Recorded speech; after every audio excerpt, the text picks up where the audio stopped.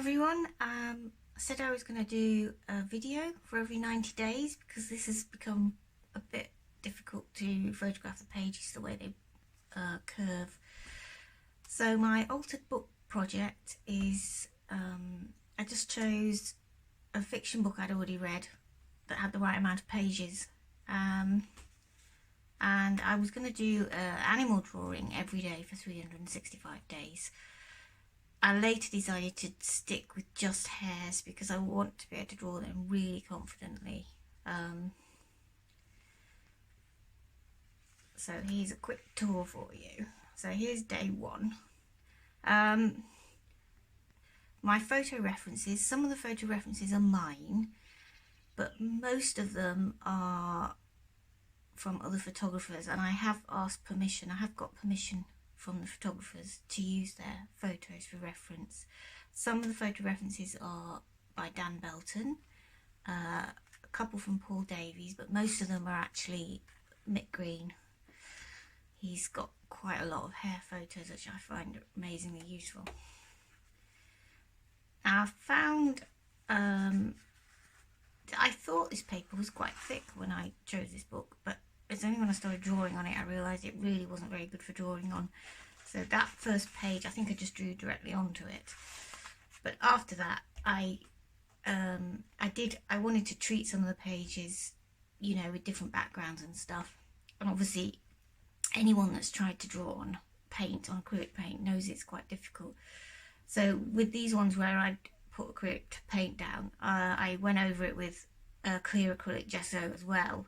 And that's when I discovered that it actually made a really interesting drawing surface, especially when you're trying to keep your drawings loose. You don't want to tighten up too much. I would hold my pencil further up as one way to loosen up, and the other way was drawing on this rough surface of gesso. You can't really go into a great deal of detail when you're drawing on such a rough surface, and it also gives you a really interesting line. And the other thing is obviously this flimsy paper, when you haven't put anything down and you're just drawing on the paper, it makes it's really nice being able to draw into some toothiness rather than this weird, it's almost like drawing on trying to draw on tissue paper or something. So that's what now I gesso every page the day before I draw on it. So here we have some boxing hairs on day 3. I'll stop rabbiting on about the gesso now. Well, the other thing is the format can make it tricky when you're choosing photos, because obviously if you wanted to do a running hare, you're only going to do half the page unless you want to turn your pages sideways, which I didn't really want to do. I wanted it to be the same way around for everything. So that means if you want to do like a running hare, something long, landscape on a portrait page, it means you're either going to do, you either do 2 or 1 small one, and that also limits how much detail you can put in, because you can't go really big and you're drawing on a rough surface. So some of them are quite sparse in detail. Other ones I'm more interested in the negative space anyway, so I'm not that bothered about detail. These are all about, I was basically drawing the negative space, and I've sort of emphasised that by the way I've coloured the background.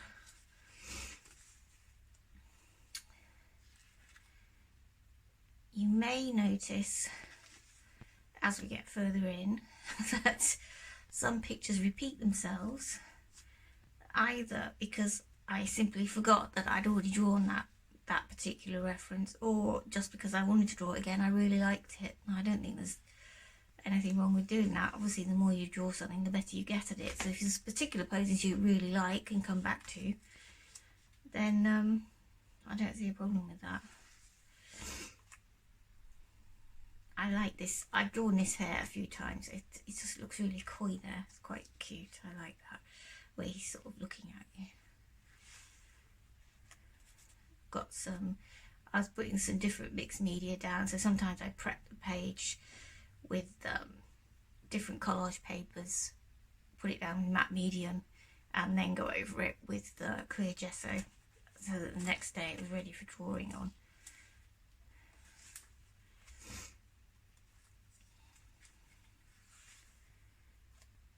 This is quite a busy page. This is where I wanted the two, but obviously they wouldn't. I wanted to do the two for one day, but they wouldn't fit on one page. So that meant the one day, the next day had to be sort of a smaller inset.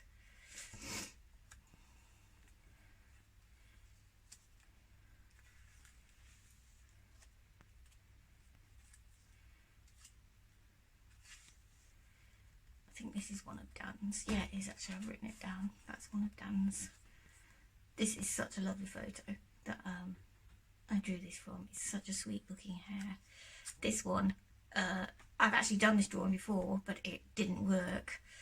So this was the first time I actually got it right. It was just a really tricky one. It didn't matter how much I tried, I got it. I thought I got it right. It just looked wrong. But I felt like I sort of nailed it there. And I'm doing a bit of contour drawing here. I think that, yeah, that's one of Paul Davies' photos, because most of the photo references are Mick Green's, but that, I'm pretty sure that one was Dan's. That's one of Paul's. There's another one, that hair in the stubble. Oh, here I ripped up an old mandala sketch I'd done and collaged it on, so you could just see it sort of peeping through. These papers showing through here are monoprints that I ripped up.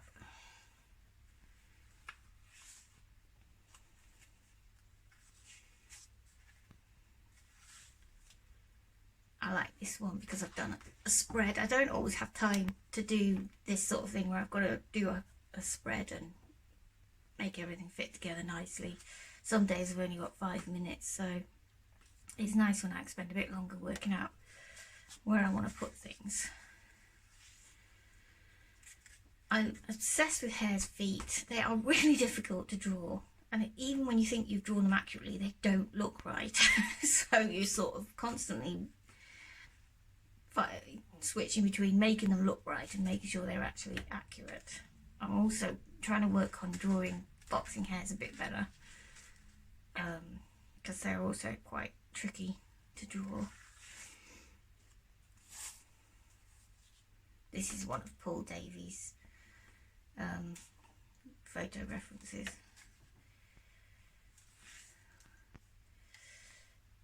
The feet are completely, the legs just don't, I could not get them right. They just didn't look right. However many times I rubbed them out and did them again. Here I'm looking at ears. That's, I love the hare's ears. And some pictures of hares in the snow, snoozing in the snow, running off. I'm really pleased with this one. This is quite a cute one. That was quite a difficult one to draw because I could hardly see what I was drawing. It was on such a dark background. I combined the 2 days there, so these are 2 pictures. That's the day 48, that's day 49. So these are actually 2 hares chasing each other in that order, rather than these being separate pages. So that hare's chasing that hare there, and it's the same here. He's quite a chunky lad.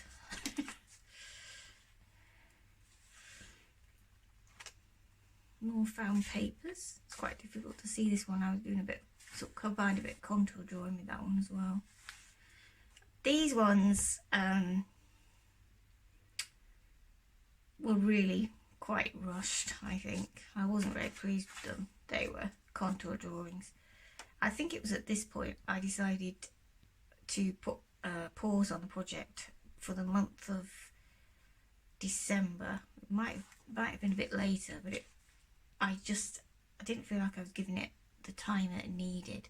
So I decided to restart it on the 1st of January, which is why, even though I started on the 3rd of October, I'm only just now at the end of, January, beginning of February, getting to 90 days, because I had to pause it.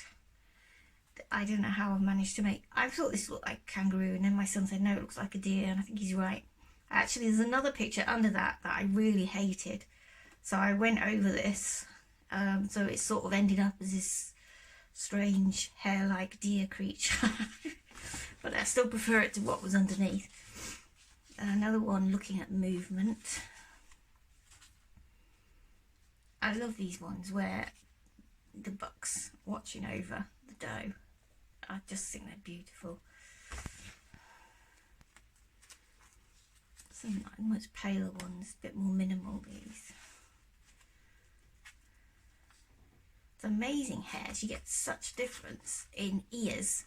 It's only when you draw them every day you realise some of them got enormous ears and others have got shorter ears. I think it might be to do with their age. I don't really know about that. I mean, I have read quite a few hair books, but I've yet to find anything about ear size and whether it's affected by age. So if anybody else knows, let me know. He's quite a big chap, this one. You've seen this one before, but in stubble. Since I told you this is one favourite of mine. Where was it? Let me find it. Oh, God, probably won't be able to find it now. Oh yeah, there he is. Could be a she. I think it's he. That's just my preference. I've also realised I like them. I'm fascinated when they've got their ears back. They've got such an interesting shaped head.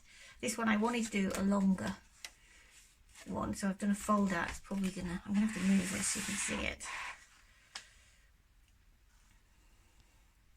Of hairs running. Now everything's gonna move. So I hope this is still. I'm just gonna check that this is still in the right position so you can see everything. Yeah, it is. Oh, not now. Why is it people want to come to the door when you're filming? I'm gonna have to pause this. Right, that was a bit of a disaster. Where was I?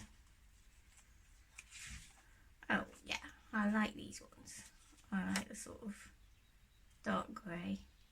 Forgot to put his eye colour in there.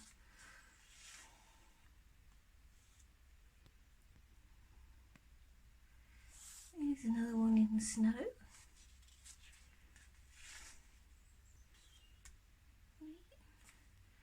I'm not happy with these colours, but it's done, so that's it. I like these ones. It's a stubble hair again. Here's one with his ears back. You see, you get a completely different look when their ears are back.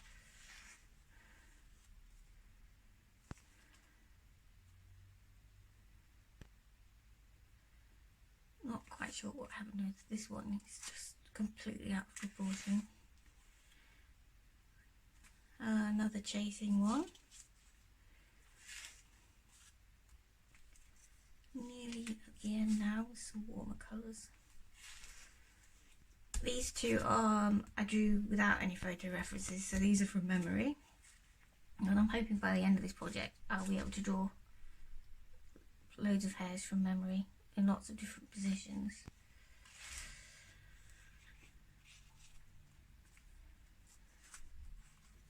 I do like these colours. Oh, I did this the other day. Another go at boxing hairs. Trying to get some movement in. And this is where we're up to.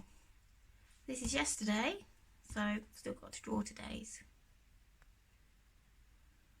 Hope you enjoyed this little tour. And when I get to day 180, I'll film another one.